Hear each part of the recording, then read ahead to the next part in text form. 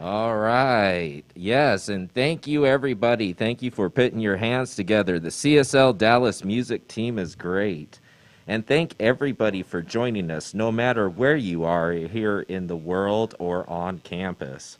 And every day is a day of transformation, spiritual deepening, and heart connection, no matter what's going on. And every day we learn and practice something important that makes a difference. We love that you are here with us today, and we invite you to learn more about becoming whole with Dr. Petra Weldes. So join me by putting your hands together for the CSL Dallas music team. Raise and praise, make a joyful noise. Here we go, here we go.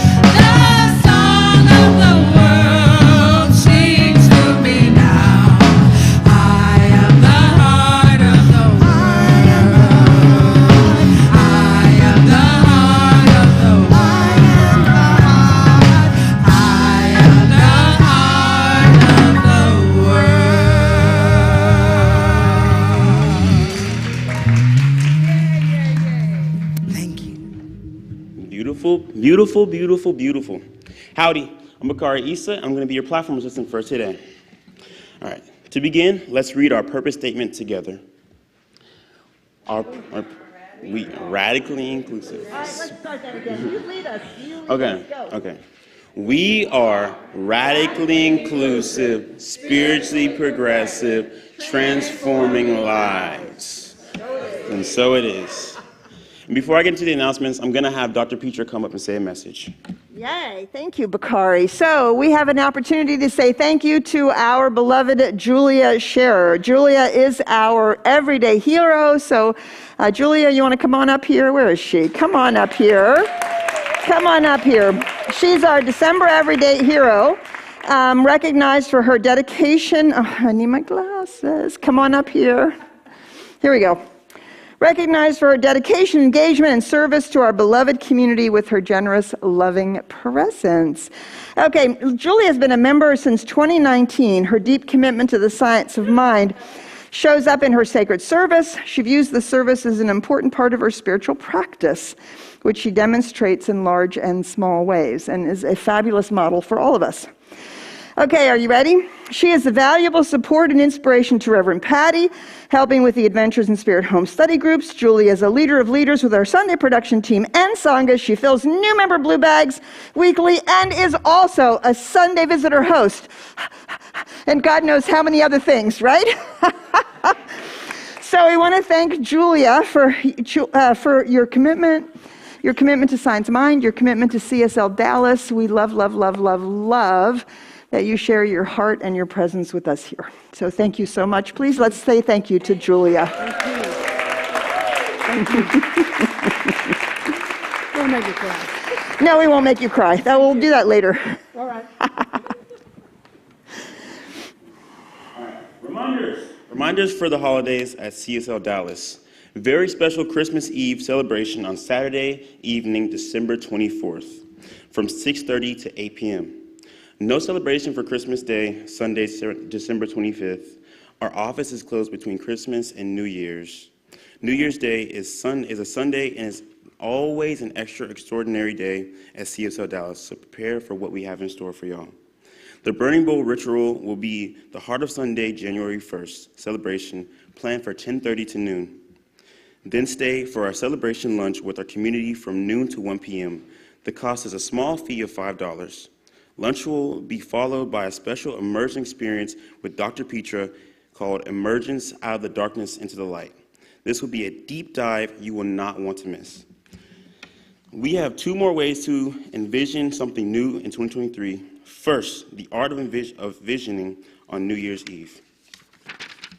If you're looking for a fun and creative way to celebrate New Year's Eve, join our very own Ryan Brown as he hosts this special event on December 30th. It incorporates meditation, visioning, and hands-on creativity. This should be limited to 20 people so we can have enough space to be hands-on and creative together.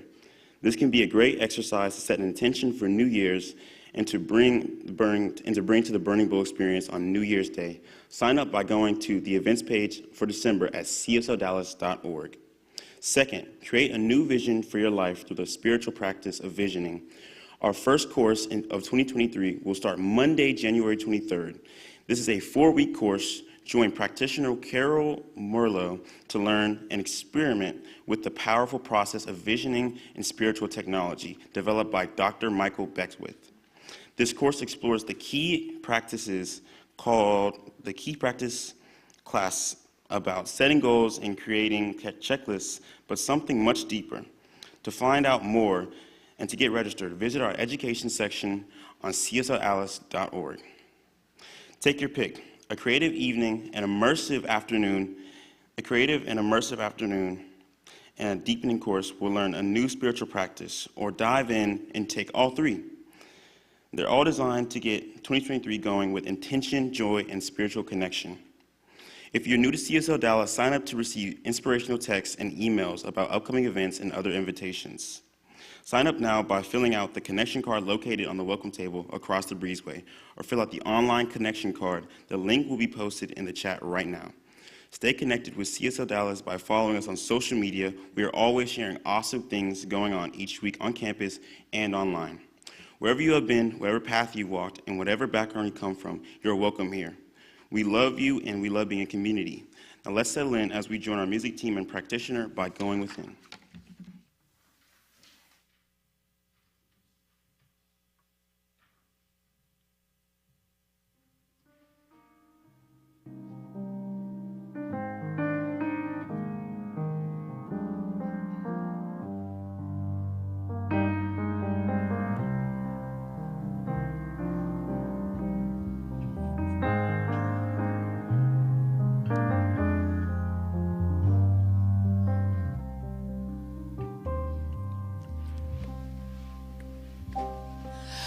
You are the heart, you are the hands, you are the voice of spirit on earth, and who you are and all you do is a blessing to the world.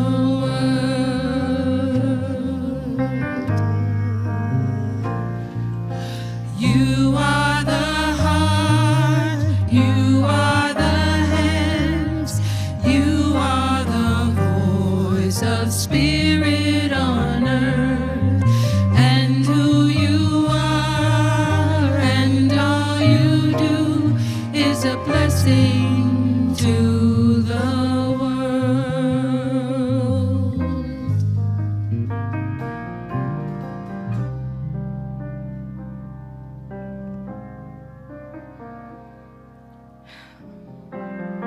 Take this within for a moment in silence.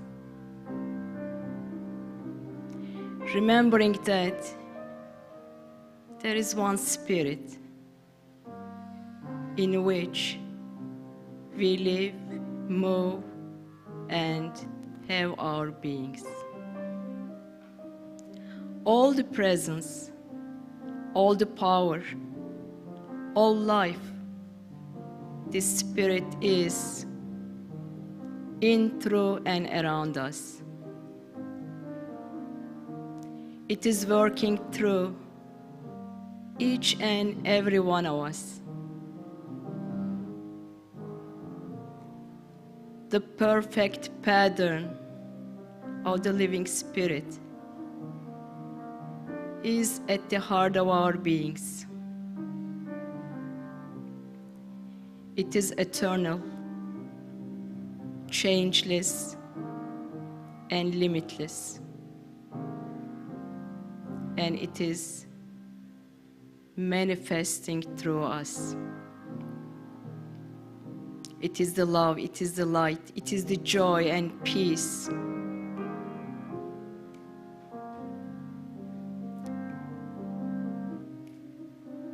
It is the love in our heart. It is the word from our mouth.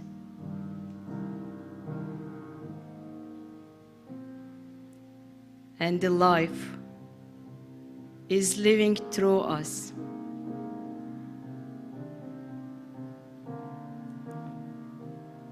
We are the Spirit made manifest. And we are the blessing to the world. This is our truth.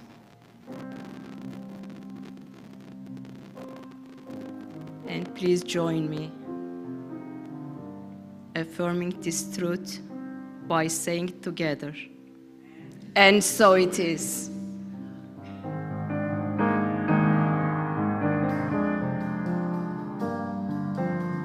Join us, please. We are the heart, we are the hands, we are the voice of spirit on earth, and who we are and all we do is a blessing to the world. Sing it one more time. We are the heart, we are the hands, we are the voice of spirit on earth,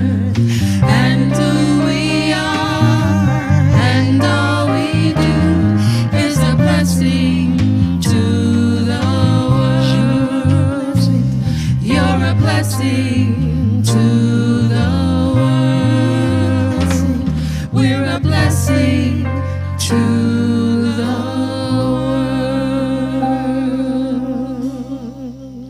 world. All right, this is where you get your temptation walk on, okay? Yeah, right like that. Hey, yeah, yeah, yeah, yeah, yeah, yeah.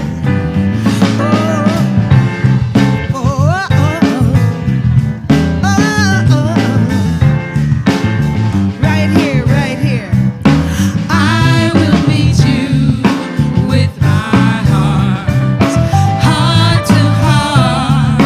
Let us meet again, and then maybe we become more of who we are, more of who we are.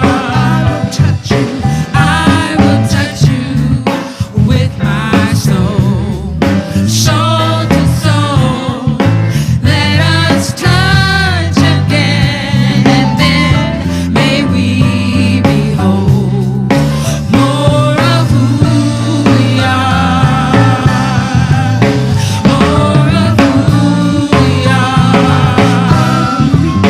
I will meet you silently, breath to breath.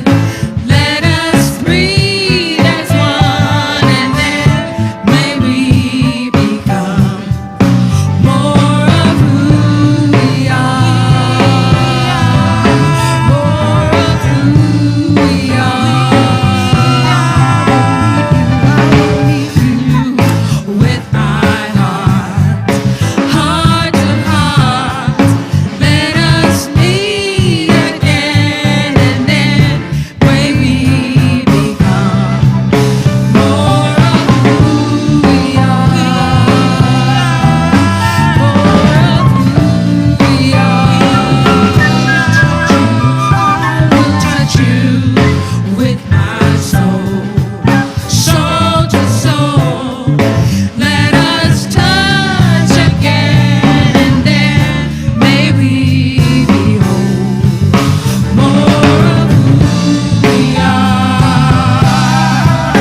more of who we are. I will meet you silently, breath to breath.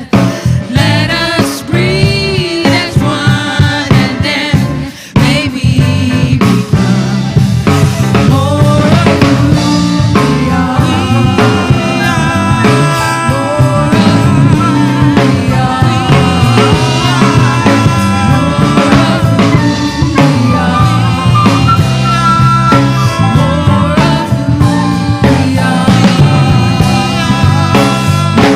of who we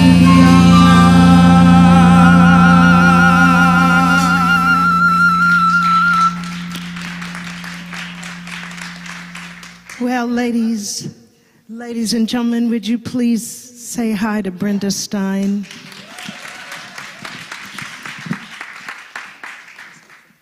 Thank you. Don't you? Happy Hanukkah, which starts tonight at sundown. And as all of you know, the story of Hanukkah is about light overcoming darkness, freedom overcoming oppression, standing to your truth, overcoming anyone saying otherwise. Now, on Hanukkah, the very first thing that someone will do is light the menorah, which we can't do today because it's not sundown yet. But come for Christmas Eve, and we got a way special service. So the second thing out of a Jew's mouth is a prayer. Those who know, please join in. It's a prayer of thanksgiving. Baruch atah Adonai Eloheinu melech haolam shehekianu v'kiyamanu v'higianu lazaman hazeh. Amen. Blessed, O sacred Holy One, who has preserved us, kept us alive, and brought us to be together here for this sacred and joyous season.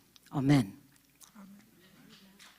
There is only one prayer that is absolutely mandated for Hanukkah.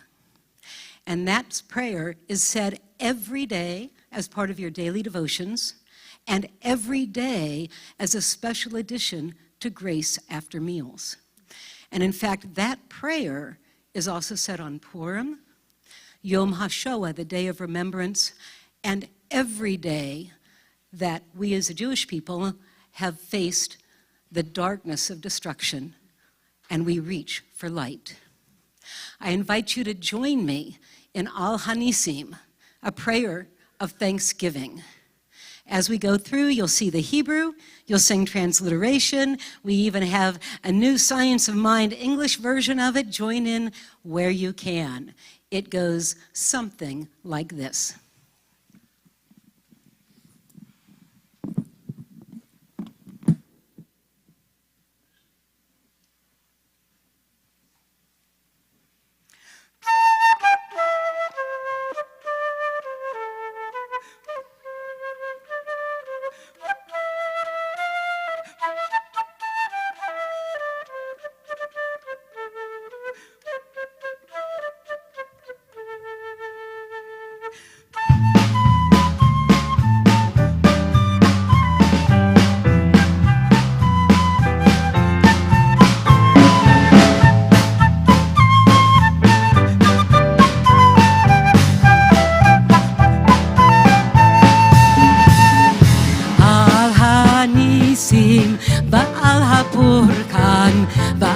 הגבורות ועל התשועות ועל הגבורות לשאת אבי אבותינו בימים ההם בזמן הזה על הניסים ועל הבורקן ועל הגבורות ועל התשועות ועל המלחמות שעשיתי לאבותינו בימים ההם בזמן הזה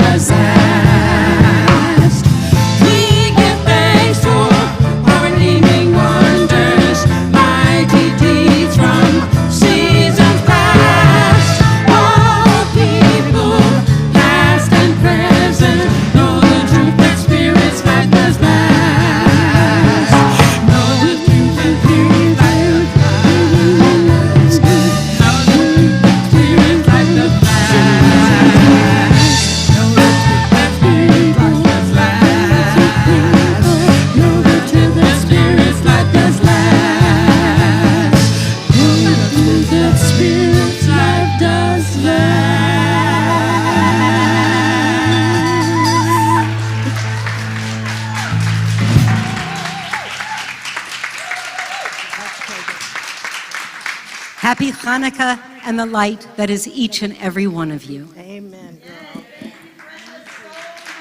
Thank you so much.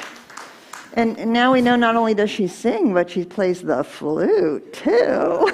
That was fabulous. Thank you so much. And Brenda is completely right. We do have an extremely special and sacred Christmas Eve coming up. So we do hope that you'll join us for that, as we have honored Hanukkah today. Hanukkah, and we know that this is also the week for winter solstice, right? And so we've talked about be love, and we've talked about be light. And for this particular Sunday, I have chosen the topic of be whole. To be whole. And so often when we come to these celebrations, we focus so much on the light, and the light in the face of darkness, and that we are sometimes falling into this idea that light and darkness are actually contending with each other. When, in fact, we recognize if it's all one, and light and dark don't actually exist in the absolute. There are no pairs of opposites in the divine. There are only pairs of opposites in the expression, in creation, and in our experience of creation. In anything that's in form or physical has the pairs of opposites, day and night, light and dark, up and down, right? These things actually don't exist in the absolute. They only exist here in our experience. And some of the ways in which our strong identification with the light in our spirituality, sometimes that shows up as that we value our spirituality, and we can continue to dismiss, denigrate, or even despise this present way in which we show up in the world. Don't we? Don't we sometimes wish we were better than we are, more than we are? We continue to feel isolated or not worthy, or parts of us that we would just as soon disown or don't feel so great about, that we're constantly seeking to make better or improve. And so we can actually value our spirituality more than we value the totality of who we are.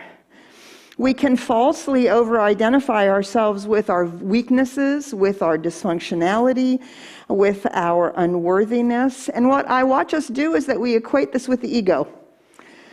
We need to get rid of the ego. The ego is bad, wrong, and which is essentially nonsense.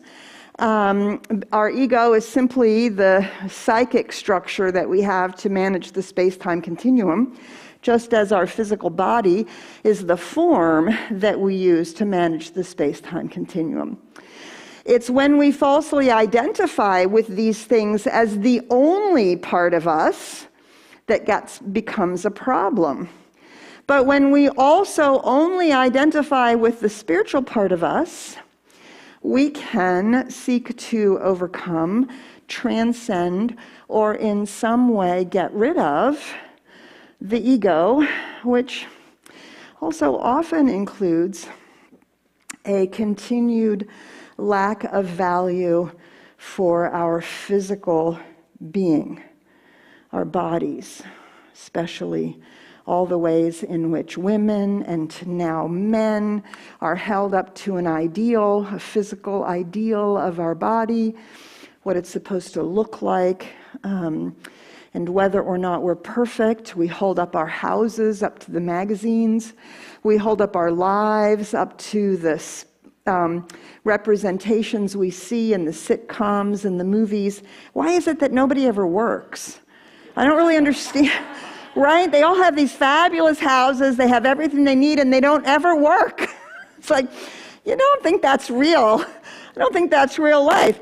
And yet, what we do is that we constantly are comparing ourselves to these things that our family has told us, our schools have told us, whatever that is. And so And we equate our humanness with our bodies, our imperfections, our limitations, and ultimately our mortality. And because it's painful, we don't like to look at it, what we do is that we then project it out on everybody else.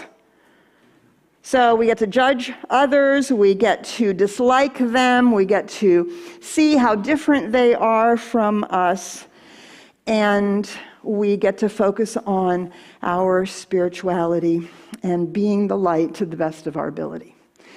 Now, this is not a bad thing. We just spent the last 2 weeks talking about be love and be light, right? What we want to do today is to also add be whole, which means we have to capture all of it. So I love these 2 images. If you look at the white image, without the dark table, the black table, it would simply be an unbroken field of nothing, because it would just be white. The black, without the window where the light is shining through, without that window, it would again be a field of nothing, because it would be solid black. We wouldn't be able to see anything. We would not recognize in either field, there would be nothing. Do you see? For the for the darkness to be evidenced, light has to shine. For the white to be seen, there actually has to be something that isn't the light. Now, this does not make the table bad or the window good. Do you see? They're just the reverse of each other in a way that illuminates something much more. So in the science of mind and in New Thought, we do not see light and darkness as contending with each other. We actually see them as part of what the Hindus call the pairs of opposites. The pairs of opposites from which all life, all created life, is made. The fundamental pair of opposites is space and time. We now have on the quantum level pair of opposites, the wave particle. It's actually said as a single word, wave particle, which helps us realize that these pairs of opposites are actually 2 sides of the same coin. They're complementary. You can't actually have one without having the other. And they're forever intertwining into each other. Basically, they reveal each other, right? Without the window, without the darkness, the window you wouldn't be able to see. Without the white background, the black table would disappear. If those images had been reversed, the light coming through that window would be unrecognizable in a white field. And the dark table would be unseeable in the black field. Yes? Do you see? Now, the blackness isn't there to teach us about the light. Nor is the black table there to teach us about the darkness. They are simply complementary and together make a wholeness. Right? For any of you who have ever studied art, if you've ever looked at art, one of the things, and you do those optical illusions, right? If you ever studied art, one of the things that's so important in art is the negative space. It's actually the negative space that allows you to see whatever it is the artist wants you to pay attention to. But the negative space isn't negative as in bad. It's just not there. It's not the something that is illuminated by the negative space, or that is brought into relief by the negative space. The negative space is equally as important. Without it, nothing catches our eye. Nothing comes into relief. What in the world does this have to do with being whole? What does this have to do with being whole? So people often ask me, Petra, what are you reading these days? So I shared with you a book last week. I'm going to actually share with you 2 other books that I'm working on right now that are really speaking to me. The first one here, I picked up the wrong book. Wait a minute, I have these books in the wrong order. I want to use this book first. Sorry, Joseph. I have the books in the wrong order. We're going to the Annam Carter book. So Annam Carter is a book of Celtic wisdom, and it's written by a poet. He's considered the current, what shall we say, expert on Celtic wisdom, and we're using this for our trip to Ireland. And he's in his introduction, he talks about something I think that is very important. He writes this: to be wholesome, we must remain truthful in our... this is really not going to work. Now, see, I brought my glasses up and they don't work any better. Don't laugh, Jim. I am still working it out, okay? To be wholesome, we must remain truthful to our vulnerable complexity. In order to keep our balance, we need to hold the interior and exterior, ancient and new, together. No one else can undertake this task for you. You are the one and only threshold of an inner world.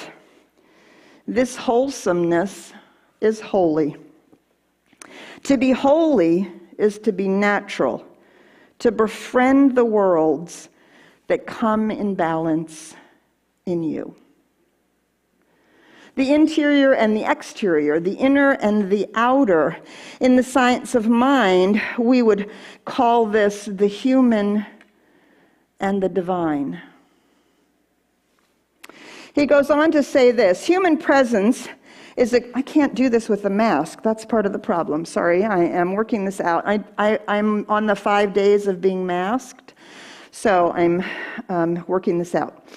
Human presence is a creative and, I can't read it, I don't exactly know what to do. Will you read it for me? Bakari, come up here and read it for me. Oh my God, you guys are so amazing. See all this little underlined part here. You're going to start here, and you're going to read to there. Okay? Here, and we're going to give you a microphone. Human presence is a creative and turbulent sacrament, a visible sign of invisible grace. Now where else is there such intimate and frightening access to the mysterium? Friendship is the sweet grace that liberates us to approach, recognize, and inhibit this adventure. This book is intended as an oblique mirror in which you might come to glimpse a presence and power of inner and outer friendship. Friendship is a creative and subversive force. It claims that intimacy is the secret law of life and universe. The human journey is a contentious act of transfiguration. If approached in friendship, the unknown, the anonymous, the negative, and the threatening gradually yield their secret affinity with us. As an artist, the human person is permanently active in this revelation. The imagination is the great friend of the unknown. Endlessly, it invokes and releases power of possibility. Friendship, then, is not to be reduced to exclusive or sentimental relationships. It is a far more extensive and intensive force. Beautiful. Thank you, Bakari. Thank you so much. Yay, good job. I appreciate that. He uses the term friendship. You'll notice that in the next book I'm going to read, they're going to talk about becoming friend. I think of it as befriending.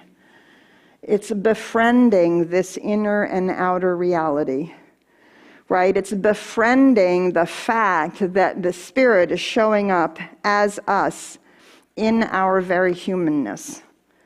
We're not here to transcend our humanness. Our humanness is the very place where life itself is showing up where spirit is being expressed and getting to experience that expression. Do you see, to be whole is to befriend the very things that threaten us and frighten us. It is to befriend that within us that we disown, dislike, that we think is not spiritual, that we think somehow is less than. Well, that means we have to befriend our bodies. We have to befriend our egos. Right? And there's a really powerful place where we have a healthy ego, and we can't release it and move beyond it until we've actually discovered it. Befriending, this notion of friendship that is so deep in the Celtic tradition. He goes on to say this: the Celtic mind was not burdened by dualism. It did not separate what belongs together. The Celtic imagination articulates the inner friendship that embraces nature and divinity, underworld and overworld, human world as one. The dualism that separates the visible from the invisible, time from eternity, the human from the divine, was totally alien to them. Theoretically, it's also alien to us in the science of mind, when we are fully and deeply engaged in the practice. Because in the science of mind, oneness means wholeness. If we go to our teaching symbol and we see that the circle is oneness, and that bottom portion of our teaching symbol represents physical creation, and it is inside the circle of oneness. So the wholeness of the one includes the invisible and the visible, includes the human and the divine. And so one of the biggest mistakes I think we've ever made in the science of mind, I believe it's a huge mistake Ernest Holmes made, was to focus on the word perfection. Be perfect like your Father in heaven is perfect. I don't know whether that's actually what the translation should say or not, but I think what is meant is be whole. Wholly yourself, wholly and fully everything. The God, the oneness, is in fact wholly and fully everything. From the ant to the quasar, to the profoundest love, to the concept of beauty, to the universal laws that are constantly revealing life through creation. Do you see? It's all part of the one. Nothing is left out in this wholeness. I think we should, and then we've coupled our science of mind idea of perfection with a deep belief in self-help, self-growth, and becoming more, which usually we translate into perfect. And we add that on top of our life and our childhood and our schooling that requires us never to make a mistake. And now we've fallen into perfectionism, which has actually nothing to do with being whole, wholly ourselves. And if you look up the definition of whole in the dictionary, the second one speaks of the integrity, like the integrity of the hull of a ship. Not moral or ethical integrity, but the integrity of the hull of a ship.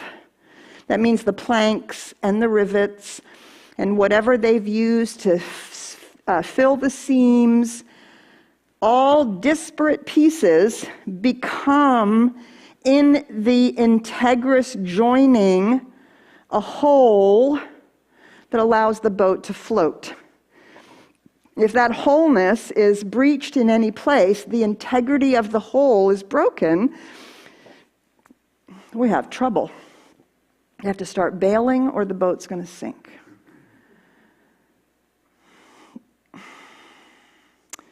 The science of mind does not seek for us to be perfect. The truth is, from a spiritual point of view, you already are. You are the universe making itself manifest as the individualized expression of the one. The essential you has never been damaged, can't be broken, can't run out of energy. The essential you is always the divine made manifest, but it manifests and lives and breathes and loves and has its being in a finite physical form, which does actually need rest and well-being, which is a place of joy and expression, but is unique. Unique in the way in which our individuality has been shaped by our biology, our DNA, our experiences, and how we have come to understand ourselves and our life. To be holy ourselves is to allow that light to shine through this particular stained glass window that we ourselves are. And to not seek to have a stained glass window that looks like some ideal, but rather is the one that is unique to us. To be whole is to recognize that there is no separation between the human and divine. Right? Just like wave particle, it used to be it's either a wave or a particle depending on this or that and the experiment and blah, blah, blah, blah, blah, until all of a sudden they realized, wait, it's the same thing. It's just showing up differently. So it's now one word, wave particle. So I think we should be spirit human. Right? Right. Spirit human. And all of this, what did we say last week? All of this is frozen light, right? So we could call it light matter.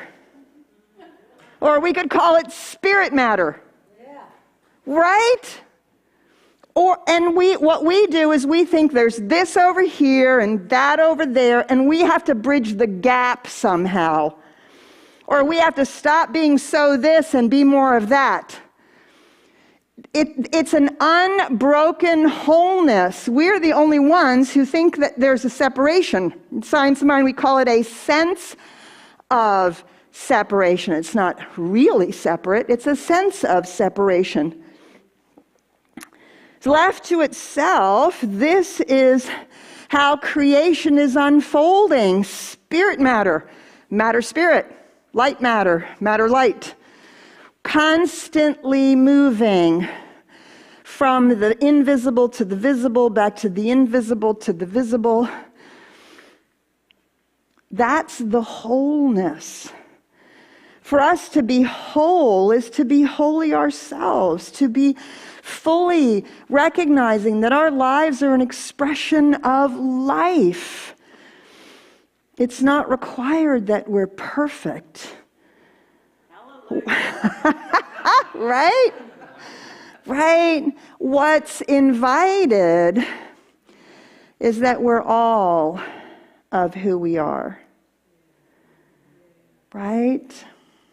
And that the things that are going on in our lives, they aren't somehow dictated so that we will learn a lesson, but we have the opportunity to learn from all of the events and experiences.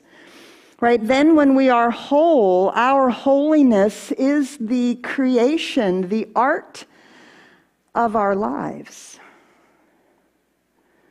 Do we have negative spaces in our lives? Did you hear that as bad? Did you hear it as, oh, do I have pain in my life? Do I have bad things in my life? Should I learn from them? What if a negative space is just not something?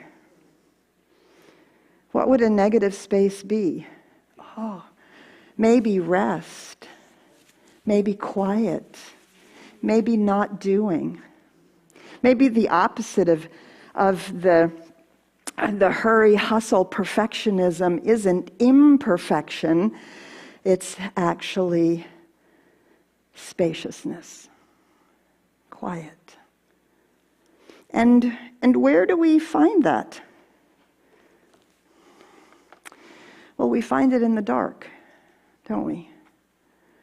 We find it in the dark, when we befriend the dark.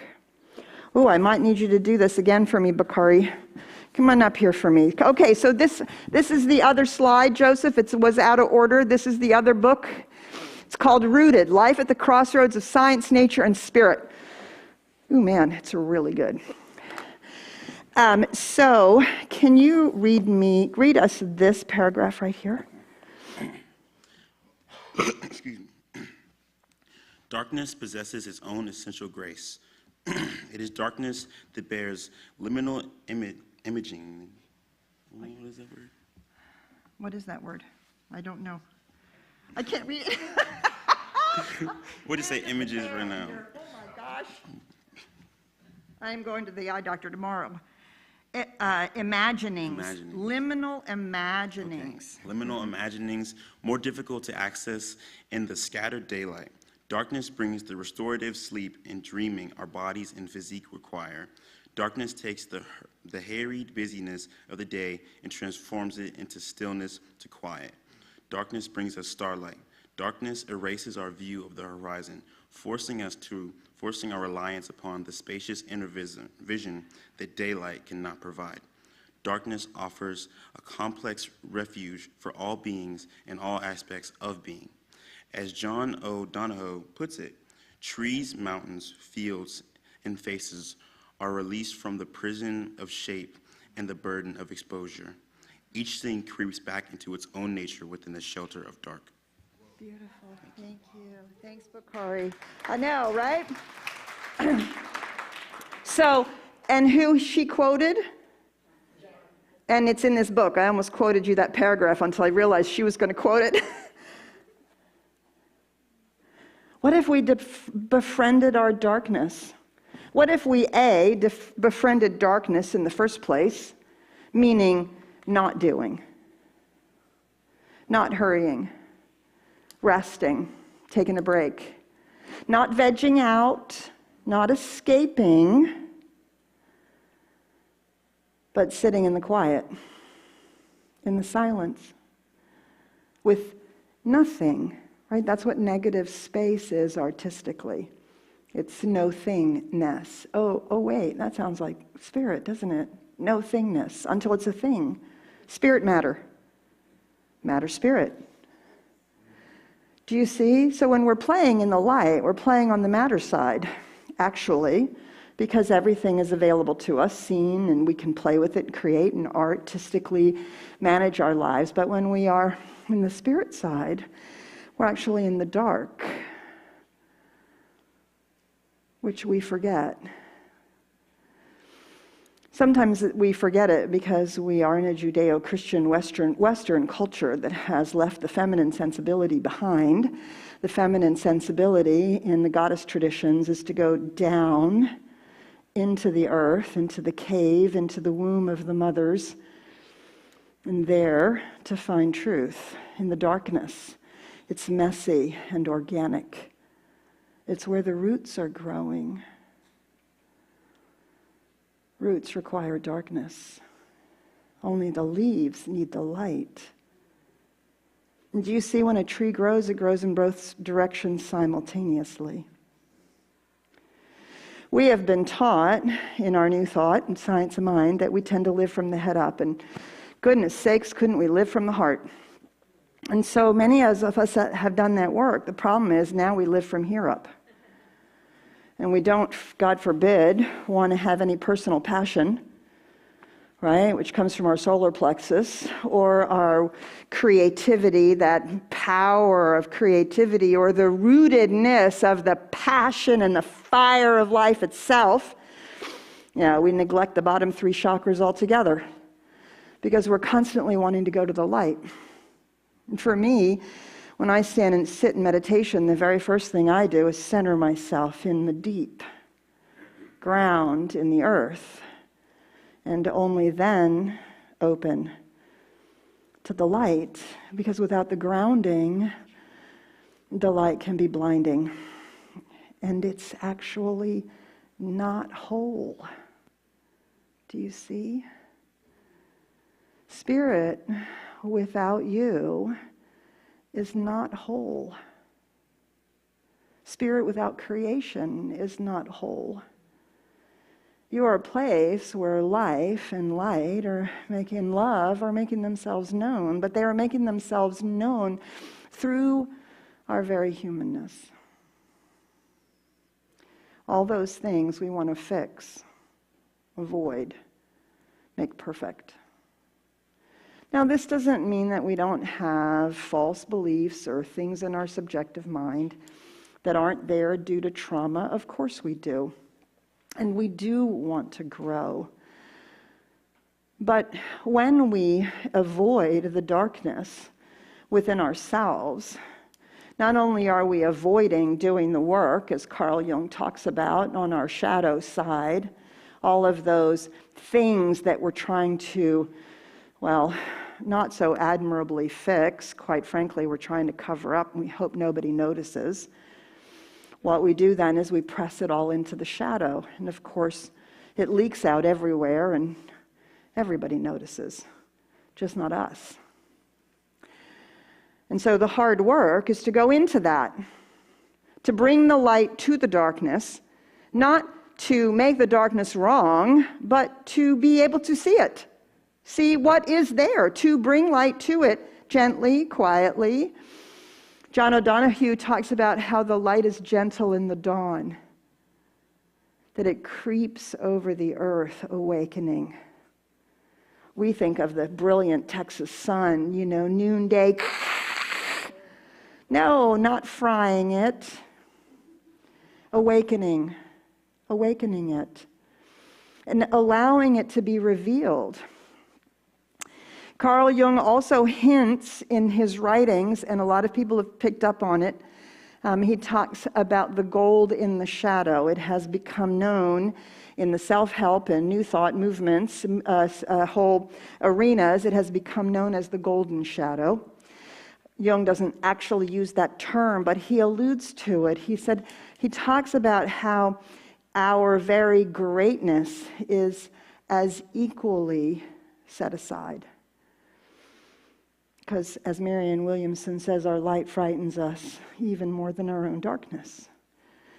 And so it is in the dark that we confront. We confront our fears, our unease, our anxiousness, and we have to allow ourselves to be uneasy and anxious, or we'll always just keep trying to cover it up. Read a good book, watch a movie, turn the light on for God's sakes. What if we just sat there and let it reveal itself to us? We would find there not only the shadow side that we've disowned, that we might have to clean up, but our greatness as well. The very quirky, unique, slightly weird, definitely odd way in which we ourselves see the world. And in our desire to be normal, accepted, liked, perfect, we've disowned not only our shadow, but also the very things that make us us. The humanness of us, the beauty of the very unique presence that we are. And so to be whole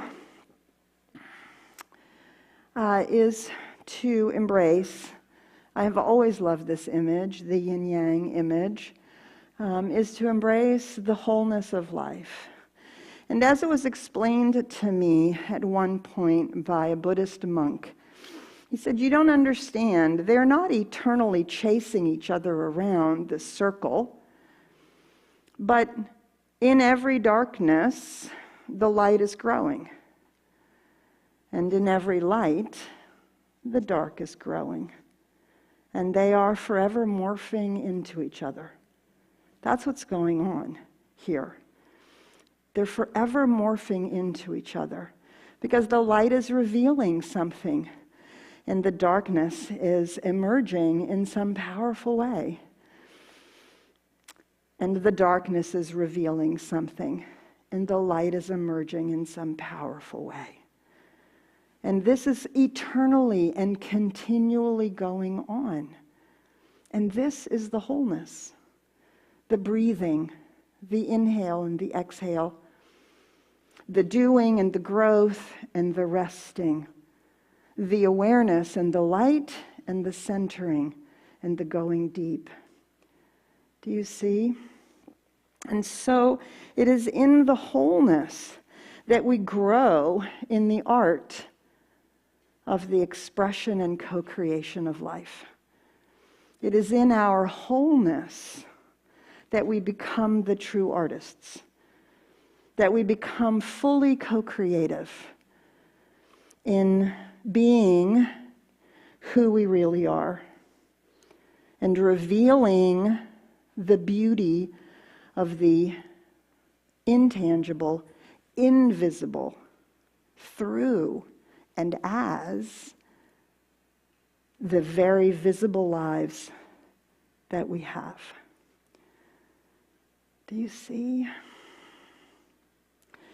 So I really invite you this week, through the rest of this holiday season, I want you to set aside having a perfect meal, a perfect family moment, a perfect tree or a perfect menorah, or a perfect solstice holiday, or a perfect anything. Allow the holiday season to be a moment of wholeness. We need the dark to see the lights on the houses. We need the light of each other's laughter to feel the subterranean connections, despite the fact that people in our family make us crazy. Right? That's the wholeness of it all. So I want to close with this quote, which I have to turn around because I can't read it over there. To find the divine in the sunset is to shadow the landscape with the softness of its beauty and the glow of its presence. To discover the divine in the rising sun is to bathe the world in the atmosphere and conviction of eternal newness of the Ancient of Days. And to find divinity in each other proclaims the impersonal personalness of that which forever peoples this and all the world with the divine presence, the all-pervasive and complete reality. Do you see the divine is in the dark and the light and each other? It's in all of it. And it is as we embrace that in its fullness that we become whole. I invite you to your wholeness this holiday season.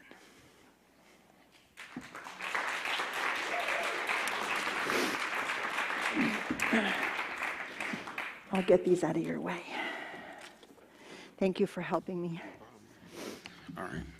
As the greeters come forward, I hope I can get through the speaker's notes. As long as the word imaginings is not inside of it, I think I'll be able to get through it. Okay.